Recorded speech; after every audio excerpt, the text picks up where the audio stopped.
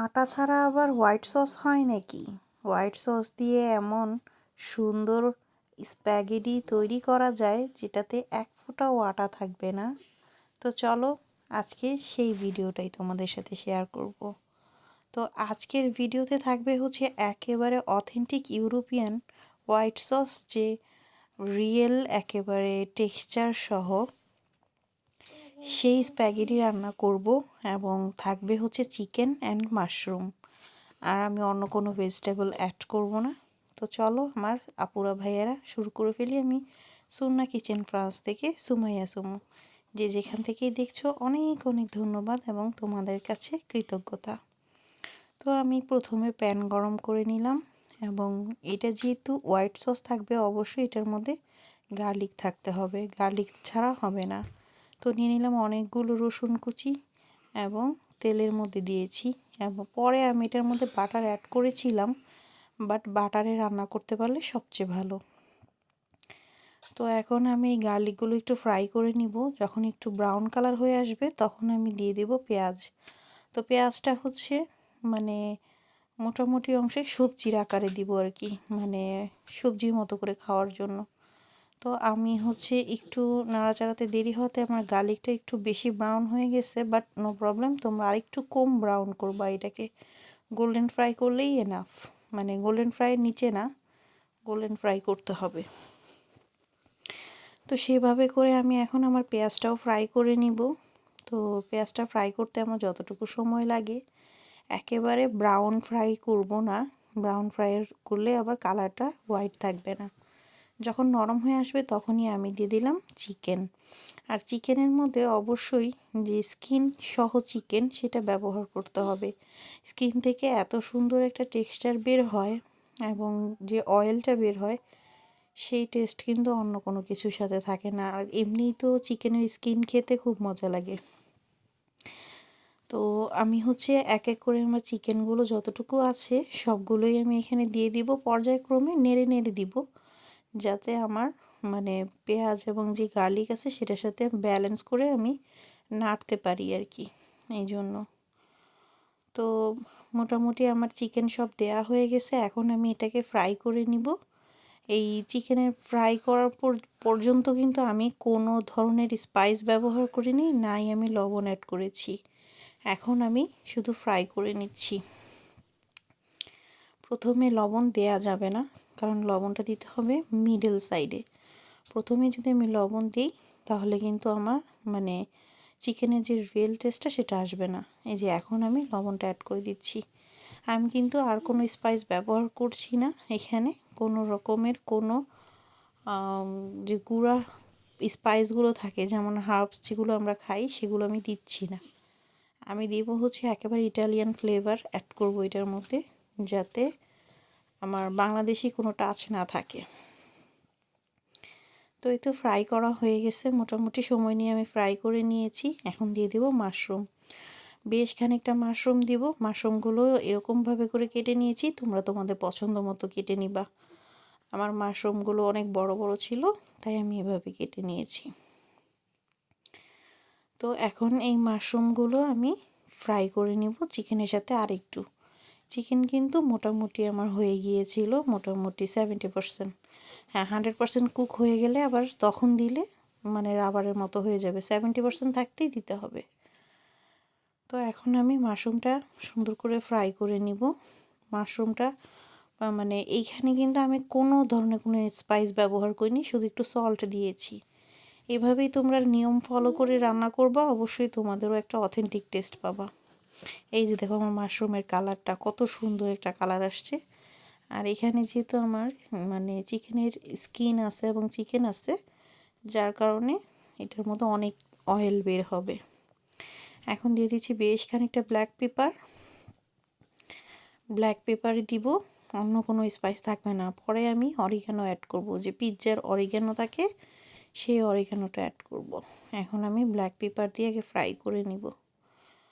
তো এই তো ফ্রাই করে নিচ্ছি। অবশ্যই বাটারে রান্না করার চেষ্টা করবা, তাহলে ভালো হবে। আর এটা হচ্ছে একটা মিক্স হার্বস, যেটার মধ্যে সব ধরনের হার্বস মিক্স করা থাকে। এটা এমনি পিৎজার উপরে দেওয়ার, সেটা দিয়ে দিচ্ছি। আর বেশ খানিকটা দিয়ে দিব একদম ফ্রেশ ক্রিম, লিকুইড যে ক্রিমটা থাকে সেটা মোটামুটি আমি 1 বক্সের মতো দিয়েছি। এখানে 50 ml ছিল, তোমরা এতখানিই দিতে পারো। আর আমার স্প্যাগেটিও অনেকগুলো, এই জন্য আমি অনেকগুলো দিচ্ছিলাম। তো এই রকম করে রান্না করলে কিন্তু মানে রেস্টুরেন্টের স্বাদকেও হার মানাবে, আর একেবারে ইউরোপের যে ইটালিয়ান অথেন্টিক টেস্টটা সেটাই পাবা। ইটালিয়ান যে স্প্যাগেটিগুলো, ওদের যে অথেন্টিক টেস্ট সেটা কিন্তু আমাদের বাঙালিদের হাতে আসে না সহজে। তো এইভাবে নিয়ম ফলো করে রান্না করলে অবশ্যই তোমাদের আসবে, তোমরা ট্রাই করে দেখতে পারো বাসায়। তো এখন আমার এই যে ক্রিমটা যখন আমার রান্না করা হয়ে যাবে তখন আমি আমার স্প্যাগেটিগুলো ইউজ করব। এখানে আমি সব দিয়ে দিব, এক এক করে দিব, কিন্তু হাফ হাফ করে দিব। ফার্স্টে হচ্ছে আমি হাফ দিয়ে যে বয়েল করে রেখে দিয়েছিলাম সেটাকেই আমি আবার নেড়ে চেড়ে নিব, নিচেরটা উপরে করে নিব, উপরেটা নিচে করে নিব, আমার নিজের নাড়ার সুবিধার্থে তোমরা এভাবে করে করে নিতে পারো। একবারে দিলে আসলে মিক্স করাটা খুব কষ্ট হয়ে যায়, এই জন্য আমি পর্যায়ক্রমে দিচ্ছি। আর এভাবে রান্না করতে গেলে আশেপাশে একটু পড়ে যায়, সো এগুলো তো নাড়াটা খুব কষ্ট, যেহেতু বড় বড় ফিতার মতো, এই কারণে। তো এইভাবে করেই আমি পর্যায়ক্রমে দিয়ে দিয়ে সুন্দর করে নেড়ে চেড়ে আমার স্প্যাগেটিগুলো মিক্স করে নিব। আমার যেই স্প্যাগেটিগুলো আছে সবগুলোই দিয়ে দিব এক এক করে, দিয়ে আমি এখানে মিক্স করে নিব। এখানে কোনো ভেজিটেবল অ্যাড করা হয়নি, যার কারণে একেবারে রিয়েল যে টেস্টটা সেটাই আসবে। ভেজিটেবল অ্যাড করলে আবার ভেজিটেবল টেস্টটা চলে আসে, এই জন্য আমি অ্যাড করি নাই। আমি অথেন্টিক রাখতে চেয়েছি, তাই ওইভাবেই আছে। অবশ্যই তোমরা চিকেনের স্কিন সহ ব্যবহার করবা চিকেন, অবশ্যই তোমাদের অনেক বেশি টেস্ট লাগবে। মানে অয়েলটা যে বের হয় না, সেই অয়েলটাতেই মানে অন্যরকম একটা টেস্ট আসে। আমি একটু ক্লোজ করে দেখিয়ে দিলাম আমার স্প্যাগেটি, দেখো কত সুন্দর হয়েছে, খুবই সুন্দর হয়েছে। যেরকম দেখতে সুন্দর সেরকম খেতেও মজা। এখন আমি এটার মধ্যে একটুখানি আর একটু গোলমরিচ অ্যাড করে নিব, এটা স্প্যাগেটির জন্য। যারা যারা গোলমরিচ খাও কম, অবশ্যই তোমরা স্কিপ করতে পারো, বাট দিলে ভালো লাগবে। আমি মিক্স হার্বসটাও একটু দিয়ে দিচ্ছি, আর গোলমরিচটাও দিয়ে দিব, একেবারে ফ্রেশ কুটে তারপর দিচ্ছি। মানে মানে আগে থেকে ভেঙে রাখাগুলো থেকে কিন্তু ফ্রেশটা ব্যবহার করতে পারলে বেশি ভালো হয়। তারপর এই যে নেড়ে চেড়ে নিচ্ছি যাতে সব জায়গায় মিক্স হয়ে যায়, ওভাবে করে। এই যে দেখো সামনে থেকে ক্লোজ করে দেখাচ্ছি। এখন কিন্তু মেন ইনগ্রেডিয়েন্ট রয়ে গেছে, সেটা ব্যবহার করলে কিন্তু এটার টেস্ট বেড়ে যাবে আরও শতগুণ বেশি। তো বলো তো এটা মেন ইনগ্রেডিয়েন্ট আর কি হতে পারে? স্প্যাগেটি, চিকেন, মাশরুম সবই তো দেয়া হয়েছে। এখন আমি একটা চিকেন টেস্ট করে দেখব কেমন হয়েছে খেতে। অসাধারণ হয়েছে খেতে, অসাধারণ। মানে বলতে গেলে মানে এটাকেই বলে খাবার। নুডলসে মশলা দিয়ে তো আমরা নুডলস অনেক খাই, বাট এভাবে করে রান্না করে দেখো, অবশ্যই মনে থাকবে। আর বাচ্চাদের একটু দেয়াতে ওর সবাই চলে আসছে, আরও খেতে চাইতেছে বাচ্চারা। তো আমি এখন দিয়ে দেবো এটার মধ্যে বেশ খানিকটা পিৎজার যে মজারেলা থাকে না, মজারেলা চিজ, সেটা দিয়ে দেবো। মজারেলা চিজটা কিন্তু দিলে একেবারে আঠালো আঠালো একটা ফ্লেভার আসবে। অবশ্যই তোমরা এটা দেওয়া ট্রাই করবা। তোমাদের কাছে যদি পিৎজার যে মজারেলাটা না থাকে, ইমন তেল থাকলে ইমন তেলটাও দিতে পারো, বাট চিজটা ব্যবহার করতেই হবে। আর অনেকেই আছে হোয়াইট সস রান্না করার সময় অবশ্যই হোয়াইট সসের মধ্যে আটা দেয় বা ময়দা দিয়ে ঘন করে, কোনো প্রয়োজন নাই।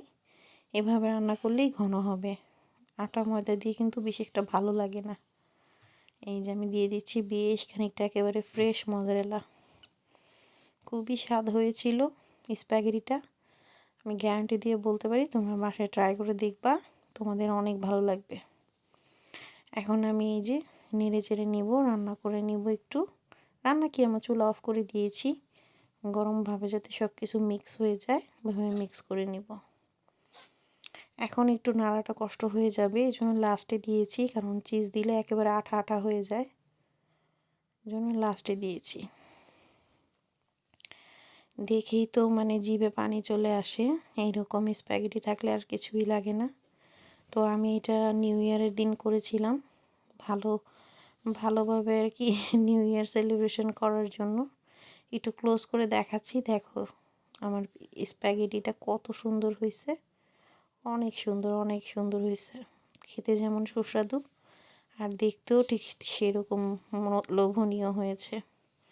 তোমাদের কাছে কেমন লাগলো অবশ্যই তোমরা জানাবা কমেন্টে।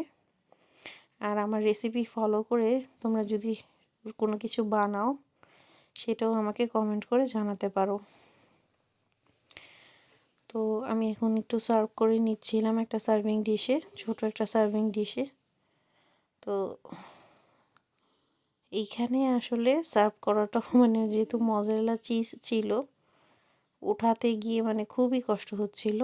তো তোমাদের কাছে কেমন লাগলো অবশ্যই জানাবা আমার chicken and mushroom white sauce spaghetti এবং টোটাল ইউরোপিয়ান স্টাইলে।